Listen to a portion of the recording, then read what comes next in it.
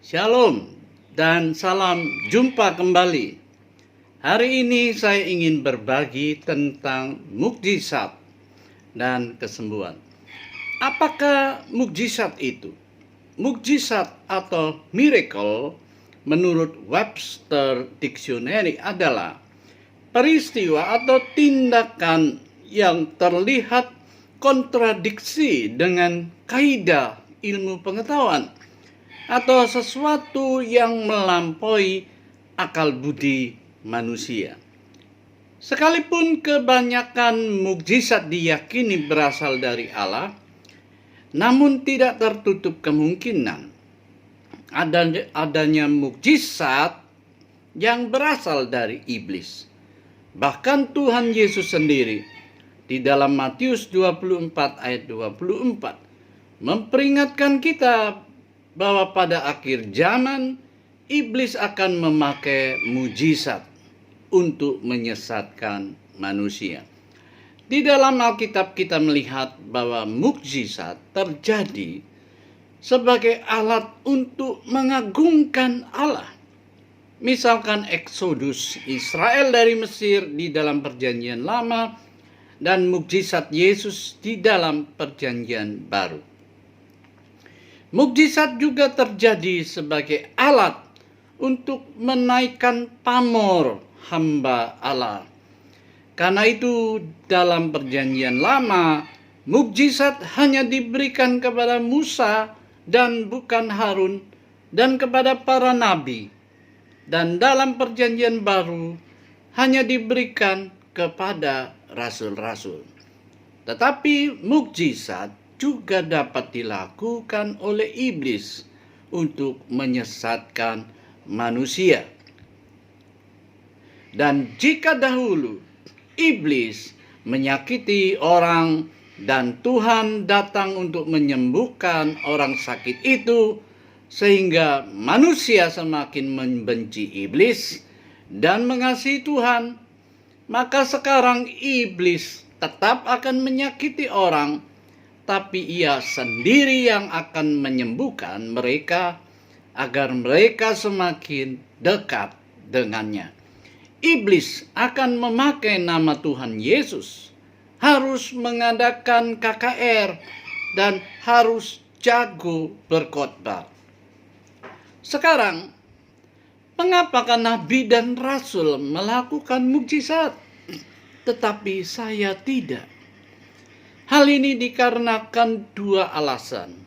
Pertama adalah untuk meningkatkan pamor nabi dan rasul.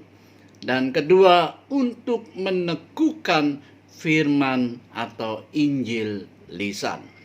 Dalam Markus 16 ayat 20 dikatakan, mereka pun pergilah memberitakan Injil ke segala penjuru. Dan Tuhan turut bekerja dan meneguhkan firman itu dengan tanda-tanda yang menyertainya. Juga dalam Kisah Para Rasul 14 ayat 3 dikatakan, dan Tuhan menguatkan berita tentang kasih karunia-Nya dengan mengaruniakan kepada mereka kuasa untuk mengadakan tanda-tanda dan mujizat-mujizat. Jadi, penumpangan tangan adalah hak rasul dan karunia mengadakan mukjizat hanya diberikan kepada nabi dan rasul.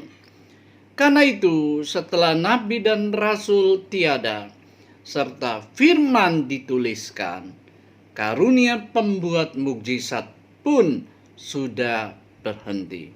Sekarang tentang kesembuhan, Kristus menebus dosa kita atau penyakit kita.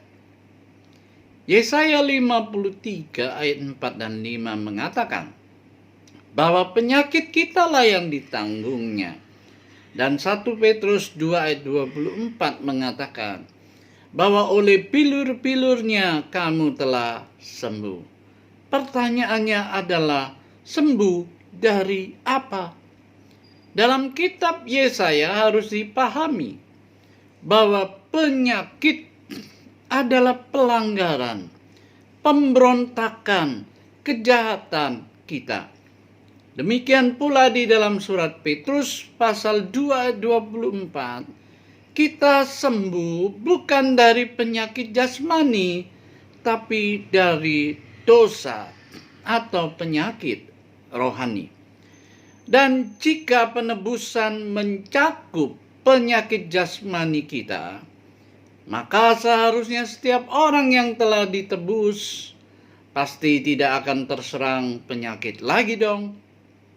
Tetapi firman Tuhan memberitahukan kita bahwa Paulus yang jelas telah ditebus tetap masih menderita sakit menurut Galatia 4 ayat 13 dan 19. Dan Epafroditus juga sakit, bahkan hampir mati menurut Filipi 2 ayat 25 sampai 27. Serta Trofimus juga sakit menurut 2 Timotius 4 ayat 20. Kita perlu dan harus memahami bahwa mukjizat tidaklah bersifat komersial. Beberapa kali di dalam kisah Injil, Yesus melarang orang yang mengalami mukjizat untuk memberitahukan orang lain. Tetapi ironisnya, kini kita bisa melihat hadirnya berbagai iklan rohani kesembuhan dan kesaksian mukjizat yang sesungguhnya ada maksud komersial di belakangnya. Sekarang, mengapakah sakit dan penderitaan jasmani orang Kristen tidak kunjung sembuh, meskipun sudah berdoa dan didoakan? Jawabnya ada dua kemungkinan. Pertama, kemungkinan orang tersebut tidak kerasukan iblis, melainkan hanya psikotik atau mengalami gangguan jiwa karena stres atau hal-hal yang lain. Dan kedua, kemungkinan orang yang mengusir iblis itu hanya Kristen nama, namun belum dilahirkan kembali di dalam Kristus. Kendati demikian, kita tetap percaya bahwa Tuhan dapat menyembuhkan berbagai sakit penyakit. Sesungguhnya kematian bukanlah hal yang buruk bagi orang yang sudah mendapatkan kepastian masuk surga. Maka sikap orang Kristen ketika jatuh sakit, ia sepatutnya bertanya kepada Tuhan, apakah Tuhan mau ia pergi ke rumah Bapa sekarang? Ataukah masih ada tugas untuk dilakukan di dunia ini? Akhirnya, bagaimanakah membedakan mukjizat dan kesembuhan dari Allah atau dari iblis? Sejak Alkitab sudah genap dituliskan, bukan tersimpan dalam diri seorang tokoh lagi, maka mukjizat kesembuhan dari Allah dilakukan oleh Allah sendiri tanpa memakai tokoh manusia. Sedangkan mukjizat dari iblis akan selalu menonjolkan tokoh karena ia berencana menjadi tokoh yang disembah sebagai Allah.